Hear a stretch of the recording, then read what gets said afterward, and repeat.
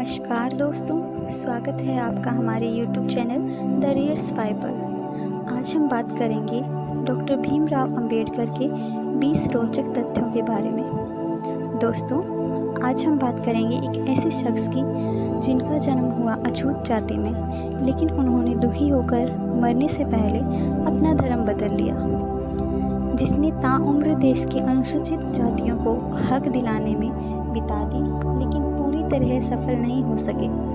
जी हाँ, हम बात कर रहे हैं मेहनत, संघर्ष और सफलता की इबारत लिखने वाले भीमराव अंबेडकर जी की। चलिए इस वीडियो के ज़रिए उनके बारे में विस्तार से जानते हैं। भीमराव अंबेडकर जी 14 अप्रैल 1891 के दिन मध्य प्रदेश के महू गांव में रामजी मालोजी सकपाल और भीमाबाई के घर में 14वीं और आखिरी संतान के रूप में पैदा हुए थे। शुरुआत में इनका नाम भीमराव अंबाडवेकर था, जो समय के साथ परिवर्तित होकर बाबा साहेब डॉक्टर भीमराव अंबेडकर बन गया। भीमराव अंबेडकर जी करीब 9 भाषाओं के ज्ञाता थे। इन्होंने 21 सालों तक सभी धर्मों का ज्ञान लिया था। अंबेडकर जी की शादी 1906 में 9 साल की रमाबाई से हुई थी। 1908 में वे एलामफेंस्टन कॉलेज में दाखिला लेने वाले पहले दलित बच्चे बने। डॉक्टर भीमराव अंबेडकर जी के पास कुल 32 डिग्री थी। वो विदेश जाकर अर्थशास्त्र में PhD करने वाले पहले भारतीय थे। नोबेल प्राइज़ जीतने वाले अमर्त्य सेन अर्थशास्त्र में इन्हें माता पिता मानते थे। BR अंबेडकर पेशे से वकील थे।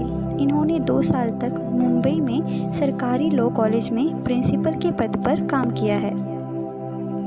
तिरंगे झंडे में अशोक चक्र लगवाने वाले भीमराव अंबेडकर ही थे।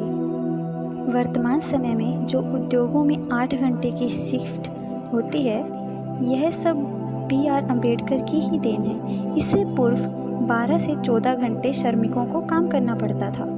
भीमराव अंबेडकर संविधान निर्माण करने वाली समिति के अध्यक्ष थे, इसलिए उन्हें संविधान निर्माता कहा जाता है। बाबा साहेब ने 50 दशक में कहा था कि बिहार और मध्य प्रदेश का विभाजन कर दो।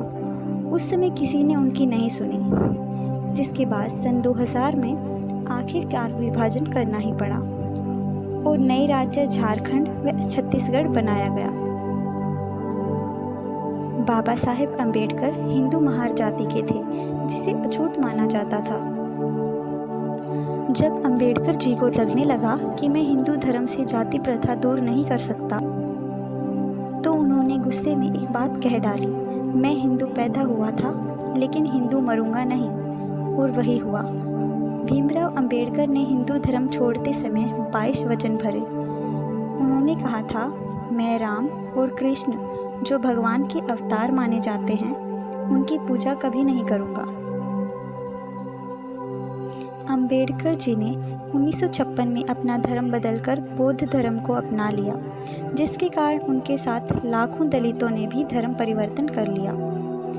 क्या देश में आरक्षण की शुरुआत भीमराव अंबेडकर ने की थी?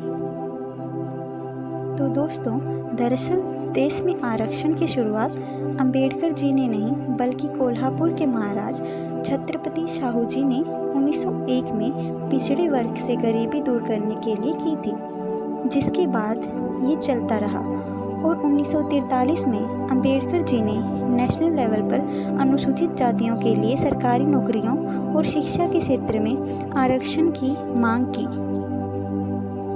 ये सपना पूरा हुआ।